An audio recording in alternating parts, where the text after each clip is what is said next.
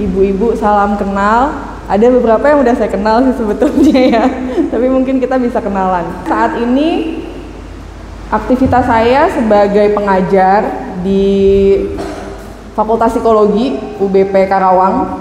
Kemudian saya buka praktek juga. Anak saya 3. Saat ini yang paling agak memberatkan ada perkuliahan yang masih saya jalani karena lagi ambil program doktoral di program studi psikologi di UPI Jakarta gitu. Mencoba untuk memberikan pengetahuan baru mungkin ya, bagaimana tentang kesehatan mental, karena kesehatan mental itu sebetulnya kalau mau dijelaskan sedikit, dia langkah kedua setelah kesehatan fisik. Yang pertama tetap kesehatan fisik. Kalau fisiknya sudah sehat, insya Allah habis itu mentalnya bisa dijaga. Tapi kalau fisiknya nggak sehat, nah itu kesehatan mentalnya turun. Saya harus memastikan dulu bahwa kesehatan fisiknya itu bagus juga gitu. Dari saya kuliah S2 mungkin ya, bahasan mengenai peran ganda perempuan. Perempuan itu perannya banyak. Kita sebut malah bukan ganda tapi multi mungkin ya. Kalau ganda tuh kesannya 2, tapi kalau multi itu banyak. Ada jadi apaan aja Bu kira-kira? Perempuan itu, oh iya, jadi dokter buat anaknya, terus buat apa lagi? Koki, bener. Jadi apa lagi Bu? Jadi Grab. Jadi apa lagi Mbak Yuni? Tukang ojek, iya. Terus apa lagi? Jadi manajer keuangan katanya gitu ya. Terus apa lagi? Jadi bu guru. Terus apa lagi? Itu banyak banget. Iya banyak. Belum lagi perawat kalau ada yang sakit ya. Terus apa lagi? Kamu ngerasa ibumu jadi apa Cipak di rumah? Kalau salsa? Oh, mengatur, bersih-bersih. Beres-beres. Tapi sebetulnya itu bukan tugas ibu ya. Ibu bisa mendelegasikan tugas-tugas itu sebetulnya ke anggota keluarga yang lain, tapi pemeran utamanya biasanya ibu. Kalau ibu udah nggak ada, rumah sepi ya. Kebetulan ibu saya udah nggak ada. Lebaran pertama ibu saya nggak ada, itu rasanya kosong aja gitu di rumah. Karena memang ternyata pemeran utama untuk menghangatkan rumah itu ibu gitu. Ibu saya nggak ada, ya bingung masak sahur. Ya masak sahur sih, tapi rasanya nggak hangat waktu sahur. Waktu buka juga kayak gitu. Terus hari-hari kayaknya kosong, harus dipelajari gitu. Ternyata sepenting itu peran seorang perempuan di dalam rumah tangga, sehingga kayaknya bebannya juga akan banyak. Cuma antara disadari atau tidak disadari. Di tahun 2020 kesini itu bahasan kesehatan mental banyak yang mengangkat. Walaupun yang mengangkat kebanyakan adalah generasi Z. Ibu tak kenal generasi Z?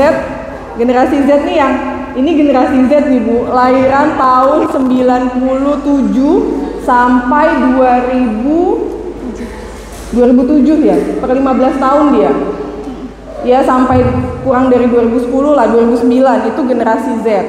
Kalau anak kita lahir di atas tahun 2009, masuknya generasi Alpha. Kalau kayak saya lahiran tahun 80-an, generasi milenial namanya. Ibu tahunnya berapa nih lahirannya? Ada yang generasi Z nggak? Oh iya, lahir tahun berapa Mbak? 99. Ya, 80-an. Saya 80 generasi milenial itu sampai tahun 95 96. Nah, yang sebelum itu dari tahun 80 itu generasinya namanya milenial. Ada lagi sebelum itu generasi Y ya. Pokoknya ada lagi yang boomer. Generasi X sama ada lagi baby boomer. Baby boomer tuh biasanya ibu-ibu kita. Nah, kalau di generasi milenial sama generasi Z, kesehatan mental itu udah mulai dikenal. Jadi kalau merasa aduh aku pegel, aku pusing, aku ada masalah tapi fisik aku baik-baik aja gitu ya, itu mengarahnya mungkin ke kesehatan mental. Tapi kalau generasi baby boomer nggak peduli, bablas aja terus. Yang penting kan perut kenyang, karena kalau baby boomer itu pasca perang kemerdekaan perekonomian masih susah, jadi nggak mau peduli. Tapi kalau generasi Z seperti dirimu itu pasti memikirkan bagaimana kesehatan mental saya. Apakah saya melakukan hal ini itu memberikan kesejahteraan psikologis buat saya atau enggak. Nah, itu kesehatan mental. Jadi kalau misalnya sebentar Salsa, kesehatan mental ini terkait dengan kondisi sejahtera kita, atau yang lebih gampang lagi, kita bahagia apa enggak gitu loh. Menjalani hari-hari itu kita bahagia apa enggak, itu tentang kesehatan mental. Nah, boleh tuh di flashback, dilihat lagi ke belakang. Saya bahagia nggak ya menjalani hari-hari saya? Atau saya kebanyakan menangis, berteriak ke anak, judesin suami, terus apalagi capek, tapi nggak tahu capeknya apa, cuma rasanya badan doang aja yang capek, terus pusing. Ada lagi yang paling sering tuh sekarang namanya asam lambung, dan ini penyakit berbahaya ya. Tapi kebanyakan asam lambung disebabkan oleh otak kita yang nggak pernah berhenti kerja, dia terus-terusan berisik gitu. Nah itu karena kesehatan mentalnya lagi turun. Oke. Terus jadi kalau misalnya menghadapi masalah, kalau yang sehat mental itu produktif, masih bahagia, masih rasanya bisa mengerjakan ini itu. Tapi dengan banyaknya pekerjaan itu kita masih rasanya aku happy dengan ini, aku seneng sama ini, aku merasa diriku bisa melakukan pekerjaan dengan ya baik-baik saja gitu.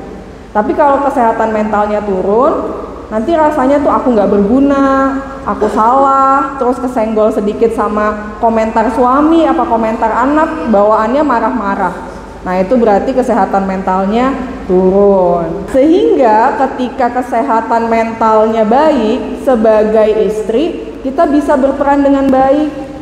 Jadi istri diajak ngobrol sama suami bisa, diajak main sama anak bisa, bertetangga bisa, ya nggak merasa paling tersakiti gitu loh. Tapi kalau kesehatan mentalnya turun, tentu kita akan punya pikiran kayaknya aku kok begini banget, menderita, gaji suamiku segini, aku merasa aduh kayaknya kalah mungkin gitu dari yang lain dan sebagainya gitu ya. Nanti hubungan dengan pasangan, anak, lingkungan sosial itu terganggu kalau kesehatan mentalnya turun.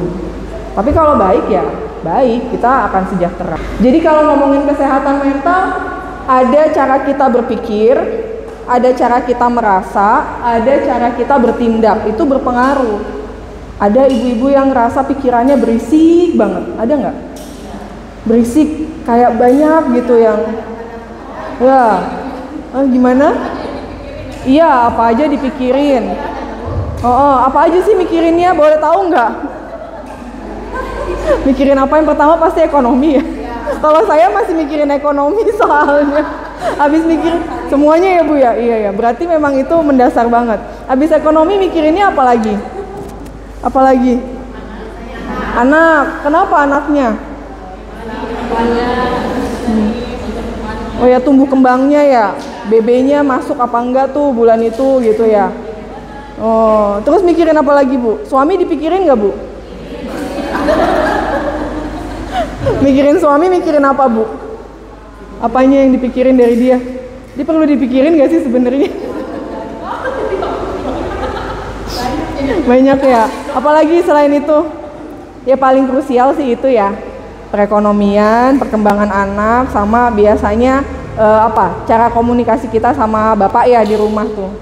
Bapak capek kan, katanya dia bekerja di luar rumah, balik ya urusan domestik, urusan kamu lah sebagai istri gitu kan. Padahal bener nggak kayak gitu sih? Enggak ya, harusnya gimana? Harusnya dibantu ya Bu ya. Ya kalau wanita modern sih harusnya memang minta dibantu, nggak apa-apa. Kan bapaknya juga, kalau keluar kan lebih banyak yang dilihat ya. Kalau kita di rumah tembok-tembok aja yang dilihat kan. Nah, hal ini mencakup kemampuan mengelola emosi, menghadapi tekanan hidup, menjalin hubungan yang sehat, menjaga keseimbangan antara pekerjaan dan kehidupan pribadi. Kesehatan mental mencakup ketahanan dalam menghadapi tantangan, pengendalian stres, serta pencegahan dan penanganan gangguan mental seperti depresi dan kecemasan. Pernah dengar depresi, Bu? Kalau depresi tuh jangka waktu sedihnya itu 2 minggu. Kalau 2 minggu berturut-turut nggak hilang sedihnya, itu depresinya boleh tuh dipikirkan bahwa oh ya ini lagi kena depresi gitu. Tapi sebelum depresi biasanya kita nggak langsung mengalami depresi, biasanya tuh diawali dengan stres dulu. Stres itu apa? Bukan kalau yang berjalan sembarangan nggak pakai baju itu orang stres, enggak. Itu udah gangguan jiwa berat, itu namanya beda lagi, skizofrenia. Kalau stres tuh bahkan anak kita yang bayi itu bisa stres, Bu. Misalnya dia nangis, terus-terusan nangis tapi nggak ada yang merespon, nanti dia stres. Gitu. Kita pun kalau misalnya sangat merasa tertekan, lagi banyak agenda, lagi banyak urusan, itu kita stres. Nah, kalau si stres itu masih bisa bercabang 2. Ada yang jadi negatif, ada yang jadi positif. Kalau yang negatif misalnya ya kita jadi capek, kelelahan, pengennya tiduran aja gitu ya. Tapi kalau stres yang positif masih memungkinkan kita, oh iya bergerak, saya harus melakukan sesuatu gitu. Cuma kalau stres ini nggak ditanggulangi, memang biasanya bisa berlanjut ke depresi. Nah kalau yang depresi ini, kalau yang anak-anak muda begini udah tahu, tapi kalau yang ibu-ibu mungkin nggak ngerti. Depresi itu kalau 2 minggu kita pusing, kita nggak bahagia, kita kerjaannya pengen nangis melulu, atau di anak remaja biasanya muncul marah-marah melulu, itu bisa dicurigai depresi. Bisa dicurigai ya, soalnya kalau kita menilai langsung gitu nggak boleh. Namanya mendiagnosis diri sendiri itu nggak boleh, harus didiskusikan. Tapi mencurigai boleh. Kok ini marah-marah terus, udah 2 minggu nggak selesai-selesai. Kok ini nangis-nangis melulu, udah 2 minggu nggak selesai-selesai. Itu boleh dicurigai. Ada apa ya saya, kok sampai saya nggak berhenti begini? Atau bukan sedih dan marah, takut, cemas. Pernah nggak ngerasain cemas? Cemas gitu, khawatir aja, bawaannya mikir jangka panjang aja. Ini nanti ini gimana gitu ya. Tapi kalau 2 minggu nggak selesai, itu boleh tuh kita mendiskusikan. Kenapa saya bisa mengalami kayak gini? Kalau kita mengalami kesehatan mental yang turun, salah satu cirinya juga adalah enggan untuk keluar dari rumah. Bawaannya pengen tiduran aja di dalam. Terus yang makin memperparah adalah scrolling TikTok, scrolling IG, scrolling apa lagi ya yang sekarang lagi banyak, apa lagi, short ya, YouTube ya. Itu karena kalau penelitian terakhir, jadi di Inggris itu ada penelitian kalau scrolling video pendek itu kayak masukin sampah ke otak kita. Karena otak kita itu kan sebetulnya kayak gelas ya, ada kapasitasnya. Nah kalau gelas dimasukin hal-hal nggak penting, ya kan, dia bisa penuh. Jadi nanti malah hal-hal yang penting nggak bisa masuk. Gitu, begitu juga dengan otak kita. Nah si video-video pendek itu kadang informasinya nggak penting. Karena kita udah ngerasa capek nih, misalnya capek gitu ya, terus istirahat tapi saya juga masih iseng, kadang buka tuh scrolling, atau ini yang bikin capek juga, Shopee. Shopee, ngeliatin belanjaan tapi kayaknya nggak punya duit tapi lucu gitu ya. Jadinya liatin aja gitu. Itu informasinya sebetulnya nggak bagus itu sebetulnya. Yang bagus ya memang mengurangi hal-hal itu. Karena kalau udah masuk, bawaannya badan capek, tapi sebetulnya badan kita nggak ngapa-ngapain. Nanti dia pusing, asam lambungnya naik. Kalau di anak-anak, kebanyakan nonton video pendek, jatuhnya gampang marah-marah anaknya. Tuh, sebetulnya di anak saya juga kadang kejadian gitu. Kalau dia nih, apalagi habis libur sekolah ya. Kan kita, kalau saya ya, karena klinisnya klinis dewasa psikologinya, nggak terlalu kreatif ya. Pernah ada satu hari anak saya tuh pegang HP aja terus karena sayanya kerja. Terus habis itu sorenya ya udah marah-marah. Pas saya cek itu ya memang shortnya diulang-ulang terus itu sama dia. Habis itu saya kayak bertobat gitu ya. Saya bilang kamu jamnya harus dikurangin 2 jam aja dalam sehari gitu. Karena memang si video pendek itu jadi sampah masuk ke otak kita. Nah kalau di Inggris itu kebanyakan nonton video pendek, ada namanya sekarang brain rot, otaknya membusuk. Jadi memang otaknya rusak karena terlalu banyak konsumsi video pendek. Apalagi anak-anak yang segini nih. Saya juga berpikir keras kok bagaimana anak saya bisa terkondisikan untuk gak seharian itu main sama handphonenya. Itu harus mikir. Nah, kita nggak bisa mikir kalau kitanya sendiri kesehatan mentalnya turun. Nah, padahal pengendali anak-anak adalah kita sebagai ibunya, gitu ya. Oke, lanjut dulu. Nah, faktor yang mempengaruhi kesehatan mental, ini perlu dikenali sama ibu-ibu semua. Ada faktor internal dari dalam diri kita membuat kesehatan mental kita turun. Ada faktornya dari eksternal, dari luar diri kita, membuat diri kita kesehatan mentalnya turun. Nah, faktor dari dalam diri. Ada tekanan emosional, ada ekspektasi itu harapan ya. Harapan pada diri kita sendiri. Yang pertama, tekanan emosional dulu. Karena tadi perannya banyak, dari mulai apa? Manajer keuangan, guru les, perawat, tukang gojek, itu karena banyak banget itu, jadi bisa memunculkan tekanan kitanya stres. Pagi bangun kayak misalnya saya bangun 4:30 ya kalau nggak lagi puasa, saya bangun 4:30, habis itu masak buat anak-anak makan, sarapan, saya bapaknya, habis itu saya ada pekerjaan entah ke kampus, entah ke di DIPA gitu ya, seharian gitu. Belum lagi tekanan kantor. Kalau ibu mungkin nganterin, abis itu ada cucian. Cucian bete banget ya Bu ya. Apalagi setrikaan. Saya pusing banget kalau ngeliat setrikaan. Cucian bertumpuk, cucian udah dicuci. Jadilah dia gunungan setrikaan. Ya, abis gunungan setrikaan, masukin ke lemari aja saya kadang-kadang males tuh. Udah tuh, apalagi ya? Oh, berantakan. Rumahnya nggak teratur ya. Terus apalagi habis itu PR anak, PR anak. Nanti anaknya ngasih tahu udah jam 9 malam ya, baru tuh nyariin bahan-bahannya. Terus apalagi bapaknya kerja, bapak kerja 12 jam, pulang kita pengen ngobrol, nggak ada yang diajak ngobrol ya, gitu kan. Terus apalagi ya macem-macem itu tekanan. Kalau kitanya nggak kreatif untuk bikin namanya coping ya. Untuk menyelesaikan tekanan itu, menyelesaikan stres itu ada yang namanya coping. Nanti bahas sedikit-sedikit. Ada stres, ada kecemasan, ada depresi kalau kita nggak pinter melakukan coping. Lanjut lagi, ada ekspektasi terhadap diri sendiri. Kadang pengen jadi ibu yang sempurna ya. Ibu yang sempurna tuh gambarannya kayak siapa? Nikita Willy. Dia mah pengasuhnya banyak.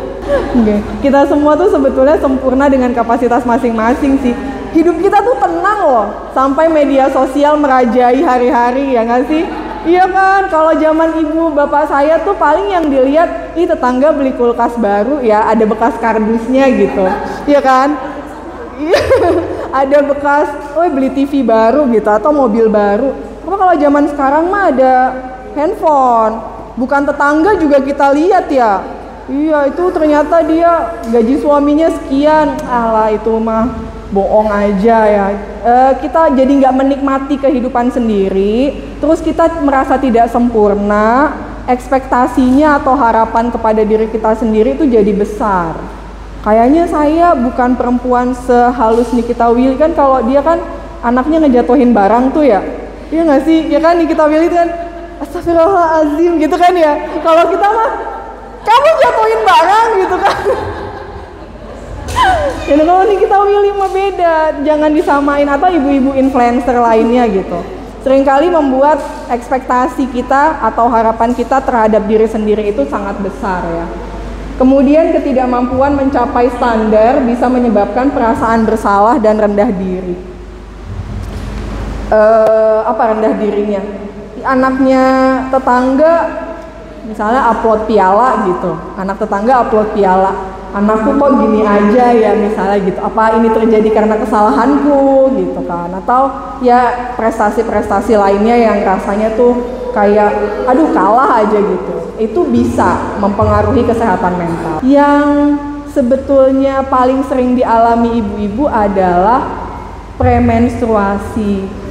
Itu ada perubahan hormonal. Banyak sih sebetulnya kalau perubahan hormonal mah, dan bisa mempengaruhi kesehatan mental.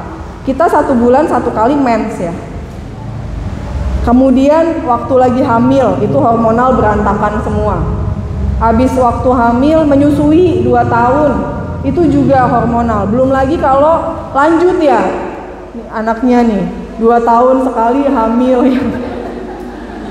Bisa tuh. Ada kakak kelas aku anaknya 6, tahun 2025 anaknya 6, hebat juga sih. Itu 12 tahun dia nyusuin, dari anaknya yang pertama sampai sekarang anaknya keberapa itu, ke 6 apa ke 7 saya lupa, tapi ya begitu. Dan hormonal kita berantakan kalau lagi nyusuin atau menstruasi. Ibu merasakan nggak misalnya gampang marah waktu pramenstruasinya itu loh, gampang capek, terus kesenggol sedikit rasanya pengen nangis, pengen apa gitu ya. Tuh, jadi harus diingat-ingat tanggal menstruasinya juga, karena ditarik mungkin 3-5 hari sebelum itu badan kita udah nggak enak. Biasanya di situ kesehatan mental kita agak turun.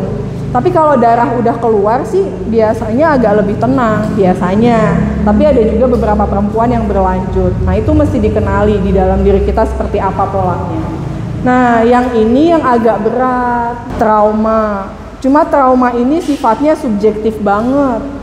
Subjektif tuh maksudnya gini, buat saya mungkin nggak traumatis, tapi kalau buat orang lain traumatis.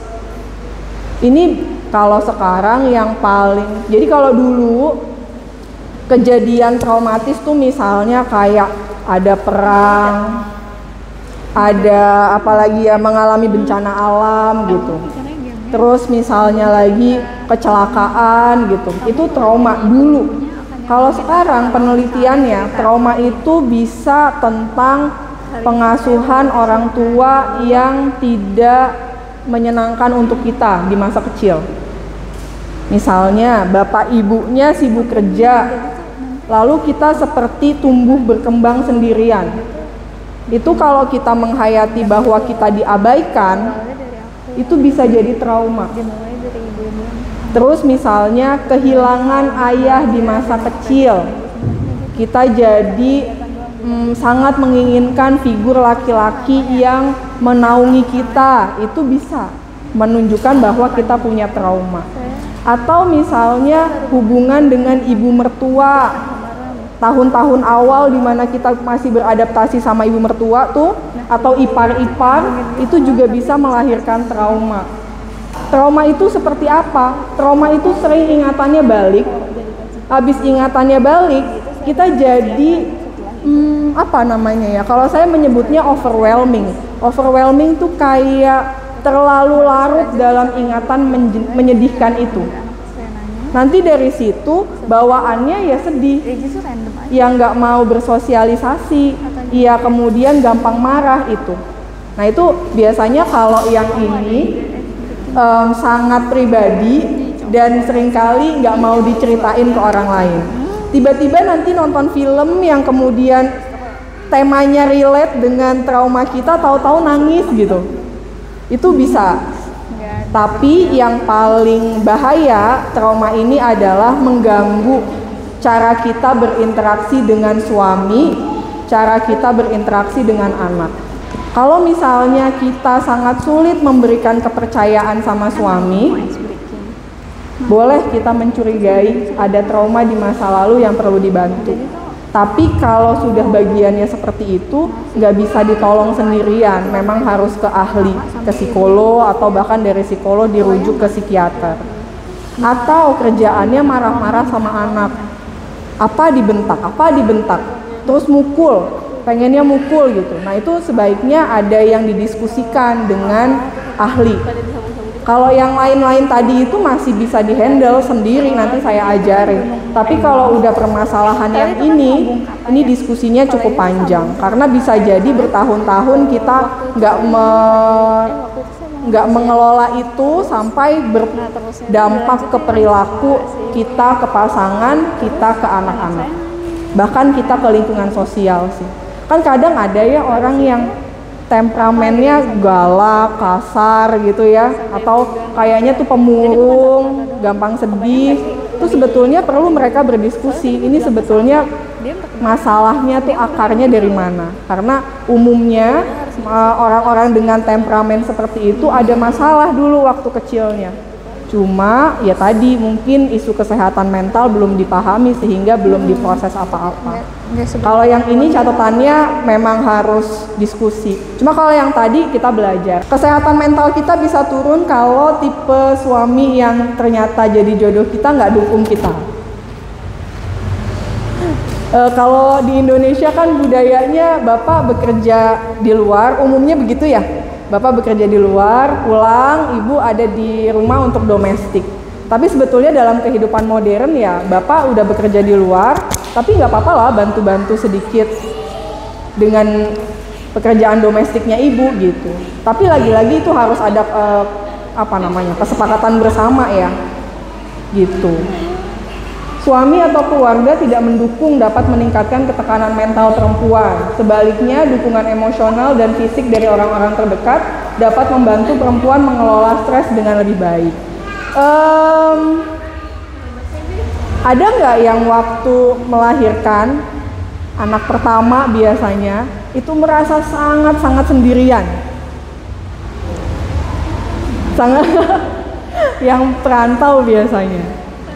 Terus dari situ, karena suami juga mungkin baru belajar punya anak, kita sendiri juga baru belajar punya anak, rasanya pengen nangis.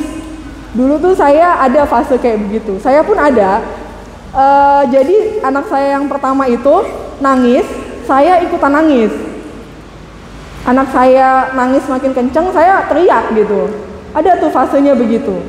Karena emang waktu itu sendirian banget, udah mamahnya nggak ada, suami saya juga baru belajar jadi ayah, jadi dia nggak paham apa yang harus kami lakukan gitu. Makanya ada beberapa ibu-ibu yang sampai, mungkin ibu pernah dengar, anaknya tuh dibunuh, diajak bunuh diri, karena dia ngerasa dia sendirian banget, nggak ada yang nolong, terus habis kayak gitu nggak bisa ngurus anak karena itu. Jadi pada akhirnya ya udah, karena saya nggak berdaya, ya udahlah kita udah hilang aja dari muka bumi gitu ya, karena saya nggak bisa ngurusin ini. Itu kan yang parah, yang depresi pasca melahirkan. Maka itu ketika rasanya sendirian, kemudian nggak ada dukungan sosial, ibu harus ngomong sama suami itu mau nggak mau. Dan sebetulnya suatu saat mudah-mudahan bapaknya juga punya informasi mengenai kesehatan mental. Jadi kalau istrinya merasa sendirian, ya dia bisa mengalokasikan waktu untuk kasih dukungan buat istri.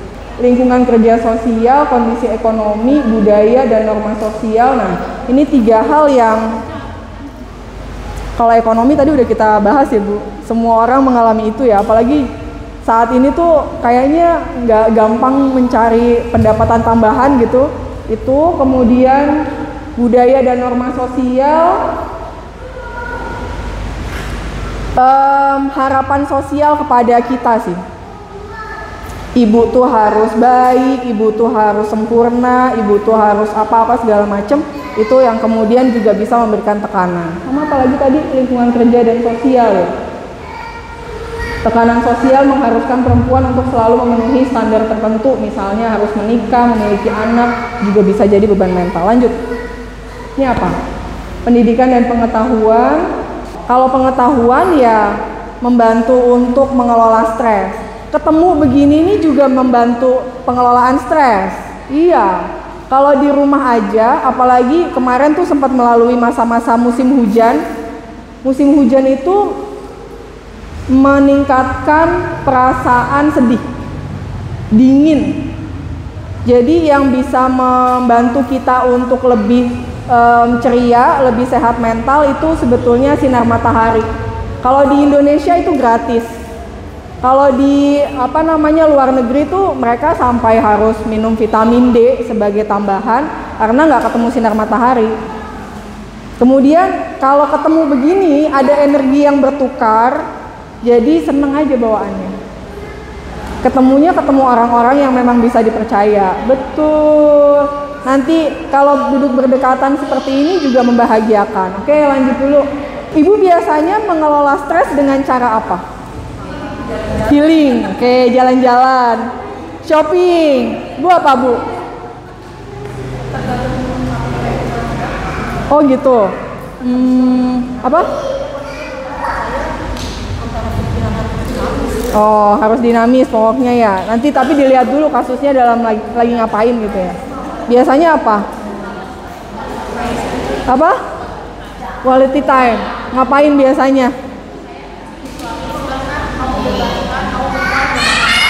Oh, suaminya baik ya. Alhamdulillah. Suaminya baik sih Bu. Ibu perlu bersyukur tentang itu. Biasanya apa? Oh.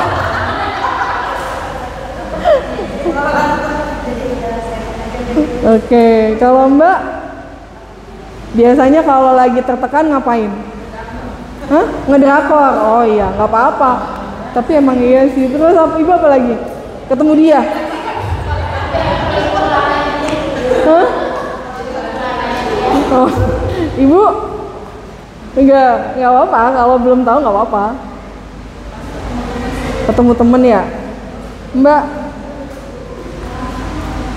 Makan-makan iya. Sama aku juga makan-makan. Ibu apa?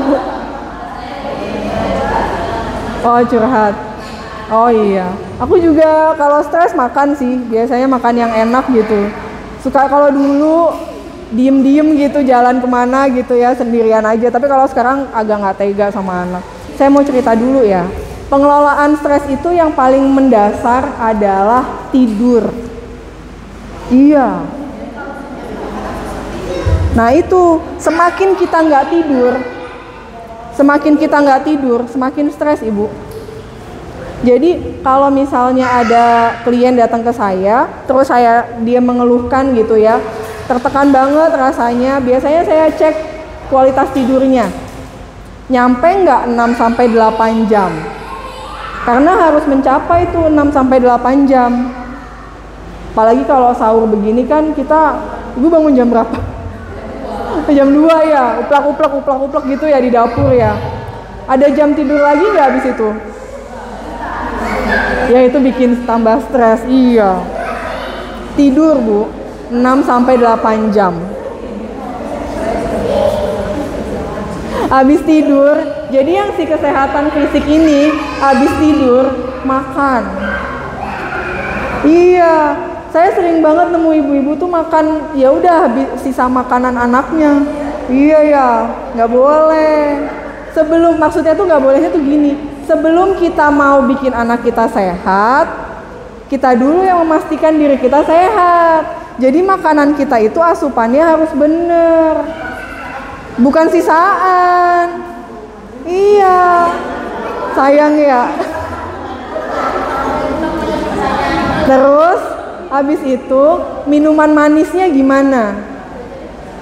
Minum manis. Iya. Kalau minum manis, jadi kadar gula yang terlalu tinggi itu bikin kita jadi overthinking.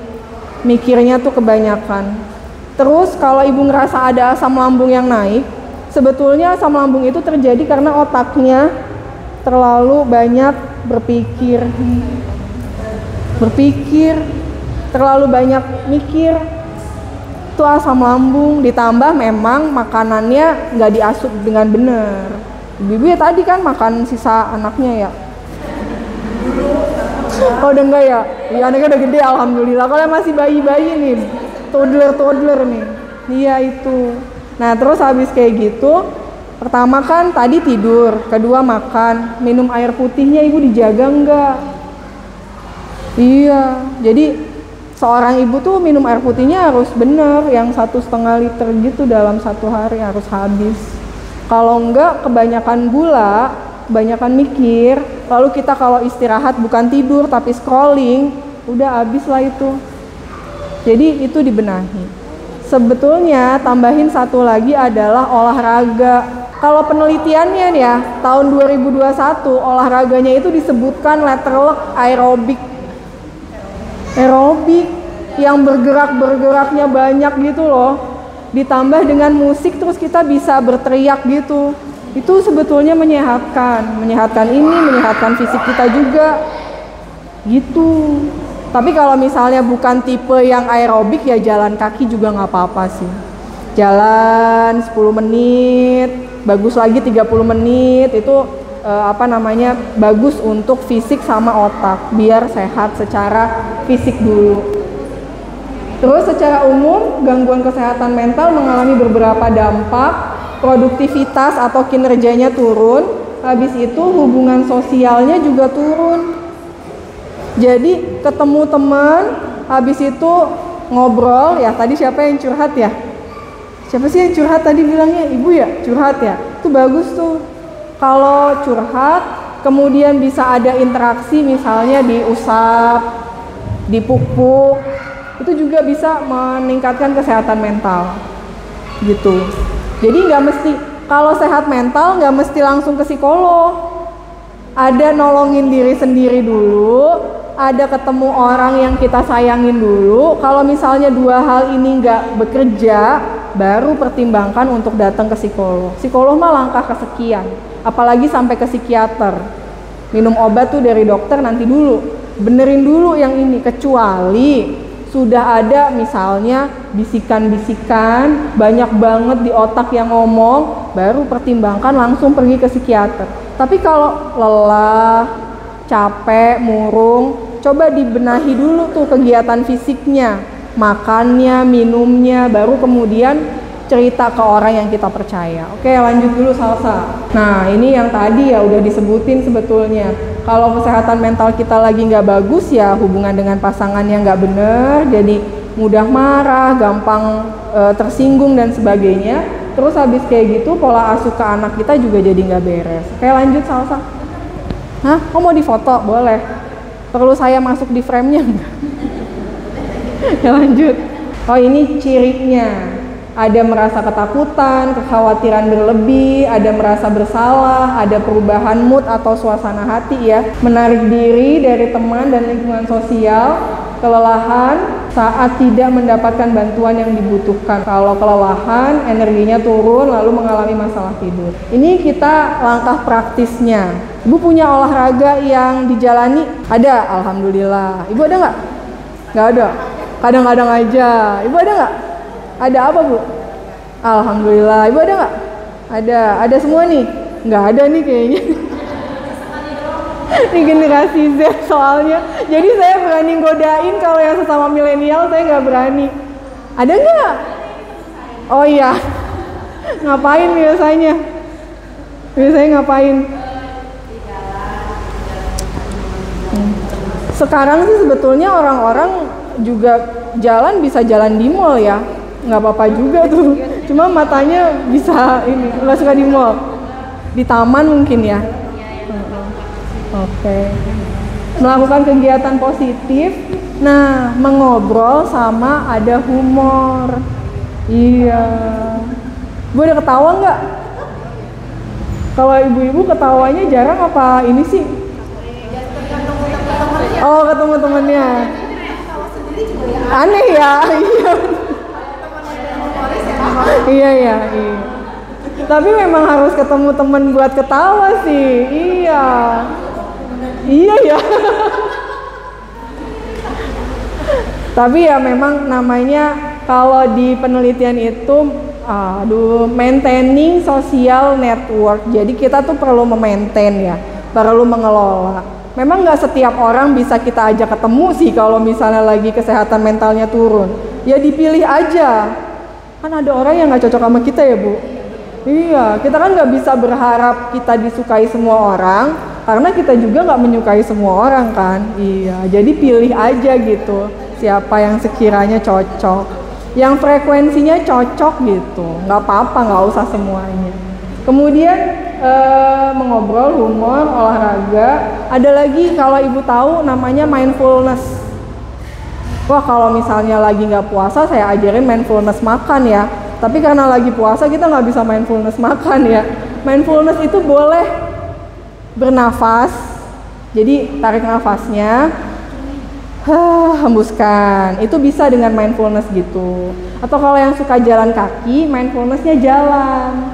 Nanti alas kakinya dibuka, kaos kakinya dibuka, kita jalan di rumputan. Kayak misalnya ibu mau ke Galuh atau ke sini, di sini ibu basahin sedikit tempat jalannya itu, lalu kita jalan pelan-pelan.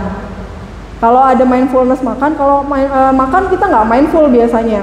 Saya aja makannya sambil dulang anak ya, sambil ini kenapa kamu makan kayak anak kambing, saya bilang gitu, jalan-jalan gitu ya. Terus jadi nggak mindfulness makannya kan. Mindfulness makan itu ketika kita makan dan setiap suapan itu kita ngerasain, oh ini makanan tuh enak, kayak disyukuri gitu loh. Itu mindfulness jalan, mindfulness nafas, itu mindfulness. Nggak boleh buru-buru, iya memang. Iya, mau kemana bu buru-buru bu? Tapi gitu. Jadi sebetulnya untuk membenahi kesehatan mental dan nggak usah ke psikolog, kita bisa dengan mindfulness itu. Makan permen.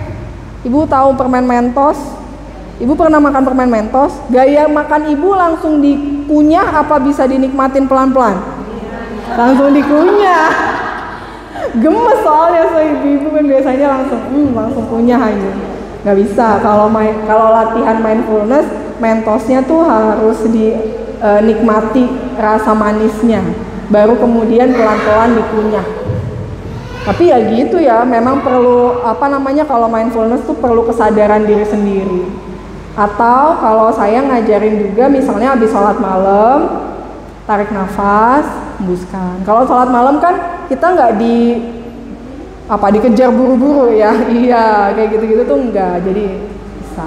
Atau tapi agak malu kalau ibu-ibu biasanya, namanya grounding. Grounding tuh di lantai, terus kita ngerasain ademnya lantai, itu juga bisa untuk mengurangi tekanan atau stres. Stres juga bisa dikurangi dengan minta usap pak suami, diusap, iya, di sini. Tapi masalahnya bapak-bapak mah suka pikirannya ke sana ya. Maunya kemana, diajaknya kemana ya. Sedihnya gitu sih kalau bapak-bapak. Atau bisa juga dengan ya kita aja yang ngusap. Siapa panggilan, misalnya aku biasa panggil diriku sendiri tuh Nuram gitu ya. Udahlah Bu Nuram, udah ya capek kan, istirahat yuk, tidur gitu. Tapi tidurnya bener, bukan ketiduran kita bosen scrolling terus ketiduran, emang diniatkan untuk tidur. Nah ini kalau mau self helping, tadi kan gini ya, kita nggak ada spidol ya, tapi saya gambarin aja deh. Kalau mau mengatasi kesehatan mental yang turun, sebetulnya ada piramidanya gini loh Bu. Yang paling mendasar itu namanya self helping, nolongin diri sendiri, itu paling dasar banget tuh. Kalau misalnya kita nggak bisa nolongin diri sendiri, naik, minta tolong orang lain, kayak tadi curhat gitu, ke suami, ke teman itu. Kalau misalnya 2 langkah itu nggak sembuh juga, ke psikolog. Nanti sama psikolog dikasih arahan, begini, begitu, begini, begitu. Kalau sama psikolog nggak bekerja juga, itu kesehatan mental nggak turun juga, naik lagi ke psikiater. Makanya bentuknya piramida, karena makin ke atas, makin sedikit orang yang menggunakan. Kalau sama psikiater udah minum obat, nggak selesai juga, rawat di mana? RSJ, Opnam. Di RSJ tuh kalau misalnya orang dengan gangguan mental, ya hidupnya diarahin buat slow living. Ibu pernah dengar nggak slow living? Hidupnya tuh pelan-pelan, nggak kemudian punya buru-buru kayak tadi gitu. Aktivitasnya tuh kayak misalnya mengurus tanaman, bernyanyi, dipantau sama perawat jiwa, suster atau dokter gitu. Itu di RSJ tuh begitu. Di RSJ itu untuk mengobati orang-orang yang kena gangguan jiwa, kehidupannya diatur seringan mungkin. Karena sebelum dia masuk RSJ, tekanannya banyak. Jadi dia harus dipandu untuk hidup lebih tenang. Tapi kan itu kerucutnya ya di ujungnya ya. Kalau tadi begini tuh di ujung sininya tuh. Yang lainnya yang paling mendasar adalah nolongin diri sendiri.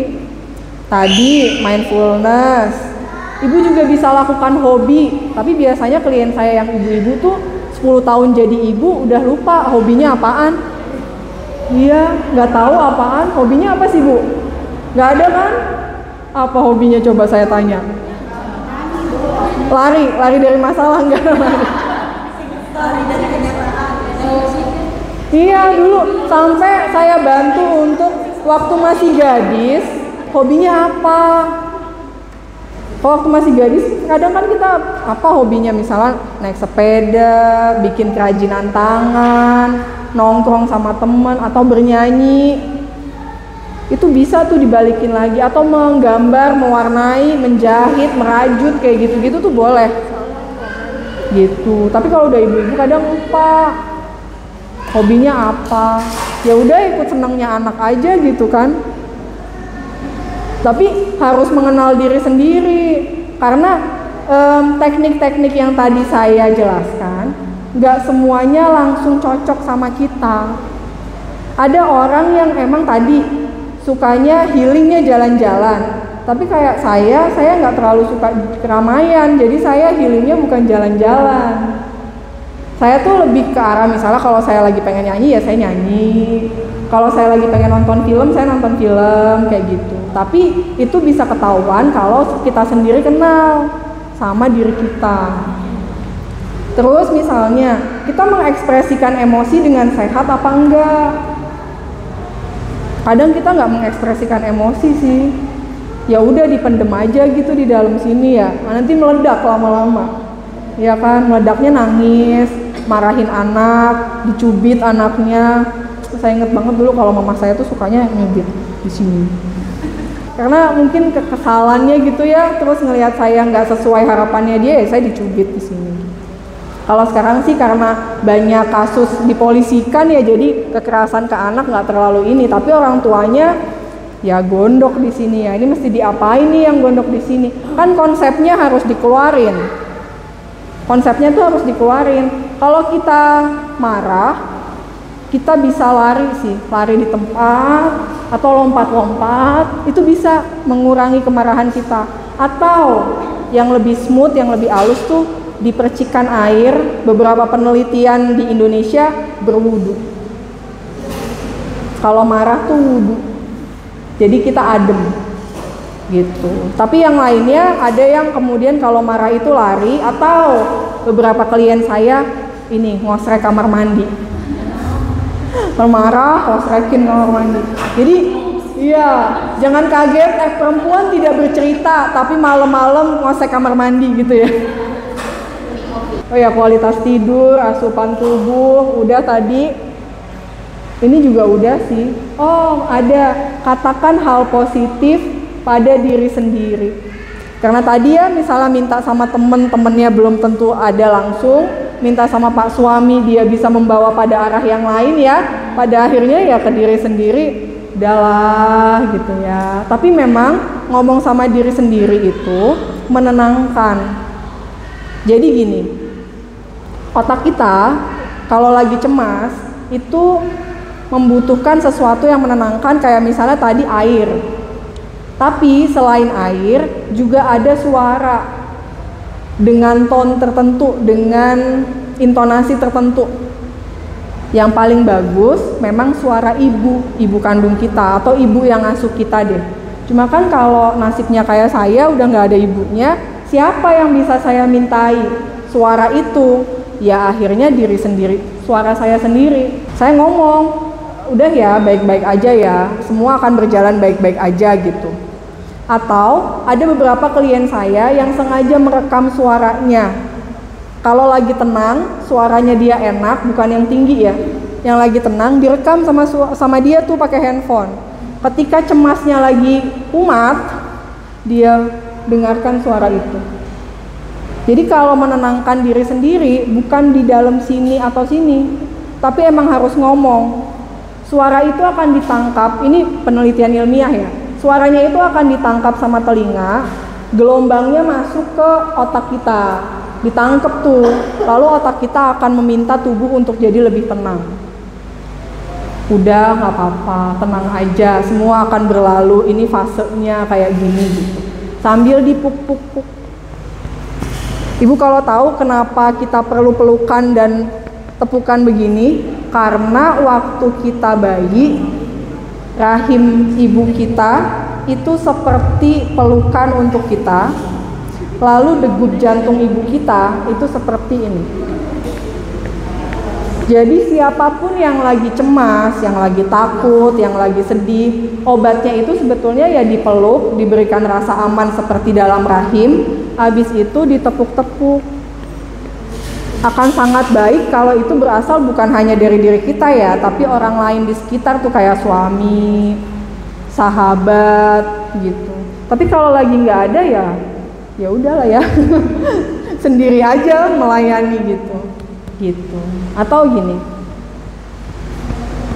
sambil tarik nafasnya, udah ya, tenang ya, ini semua akan berlalu. Meskipun itu anak lagi teriak-teriak, kita harus berjuang untuk dapetin itu. Anak taruh dulu di kamar, pastikan kamarnya aman, kita keluar atau di ruangan yang lain, kita lakukan teknik itu dulu. Udah pulih 5 menit, 10 menit, balik lagi urusin si dede yang lagi teriak-teriak. Itu tekniknya begitu. Apakah saya melakukan itu? Iya. Anaknya saya masukin dulu ke kamar. Saya ngerasa kamar mandi saya adalah tempat paling aman. Jadi saya masuk dulu ke kamar mandi, saya nangis, saya tepuk-tepuk diri saya udah tenang, baru saya nyamperin 3 anak saya itu. Kalau nggak kayak gitu, dia teriak, saya teriak. Akhirnya rumah itu isinya teriakan-teriakan gitu. Jadi memang tekniknya demikian ya. Oke, lanjut salsa. Berkumpul dengan teman, bergabung dengan grup sosial, nonton film komedi yang lucu lah ya, biar kita tadi sih ketawa. Oke, lagi olahraga tadi udah dibahas, meditasi, latihan, makan sadar ini juga udah dibahas. Oh, journaling belum? Ibu dulu suka bikin buku diary nggak? Ya, itu sebetulnya bagus banget loh, dan tidak tergantikan dengan handphone. Handphone yang pakai ketikan itu nggak ngaruh, memang harus dengan buku.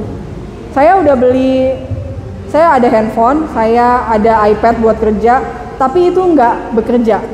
Saya beli lagi buku, saya pakai pulpen, saya coret-coret lagi. Masih hebat Bu, bener itu efektif, dan di penelitian manapun itu efektif. Jadi daripada ruwet di sini, dituangkan lewat tulisan satu-satu. Itu namanya journaling. Mau perasaan kita, mau kebencian kita sama orang, mau kekesalan, mau kebahagiaan, itu kita sampaikan lewat buku itu. Oke, lanjut salsa. Ini relaksasi ya. Ada pernapasan mendalam, meditasi, visualisasi, mendengarkan musik, aktivitas yang kreatif, tidur yang cukup. Semua sih pada dasarnya mengurangi kecepatan aktivitas kita. Karena yang terburu-buru itu nggak sehat sebetulnya. Kita perlu ada sesekali waktu mengalokasikan waktu buat pelan. Ya, ini udah peran dukungan sosial. Nah, tadi saya udah gambarin sih media sosial dan kesehatan mental. Semua kita aman-aman aja sampai kita melihat medsos sih, seringkali begitu. Ada pencapaian apa di teman, padahal temennya jauh di pulau sana atau di kota mana, tapi karena kita terpapar ya jadinya kayak hidup nggak sempurna aja. Media sosial tuh begitu. Belum lagi yang tadi video-video pendek yang saya bahas di awal. Menjadi perempuan bukan berarti selalu kuat tanpa lelah, berani merawat diri, menjaga kesehatan mental, menetapkan batasan adalah bentuk cinta yang akan mengalir dalam keluarga dan menciptakan kebahagiaan bersama. Seumur hidup saya baru naik pesawat mungkin dua atau 3 kali gitu. Di pesawat itu suka dikasih tahu sama pramugarinya, kalau terjadi apa-apa dan ibu pengen nolong anak ibu tuh harus memastikan dulu bahwa diri ibu aman, baru bisa nolong orang. Begitu juga dalam rumah tangga, dalam keluarga. Ibu harus tahu dulu bahwa ibu aman, baru kemudian bisa ngasuh dengan baik, baru kemudian bisa menjadi pasangan yang baik.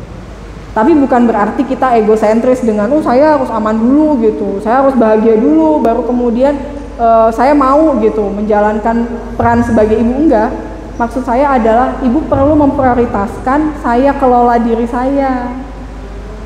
Saya makan makanan yang baik, jangan sisa anak ya.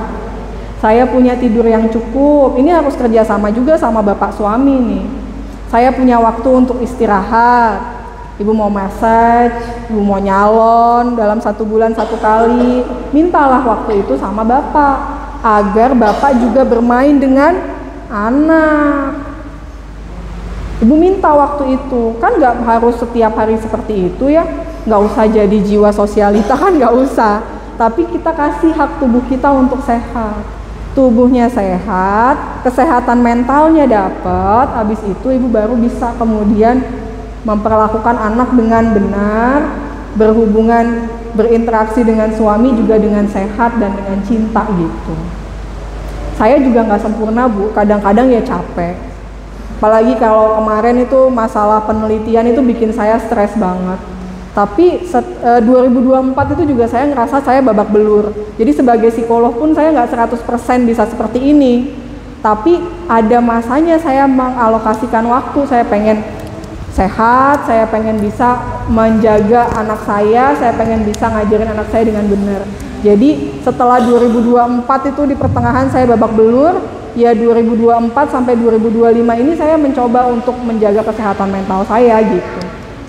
Meskipun saya tahu teorinya, meskipun saya ya terima praktek, tapi tetap aja ada masa-masanya saya turun, tapi setelah turun saya tahu saya harus naik lagi.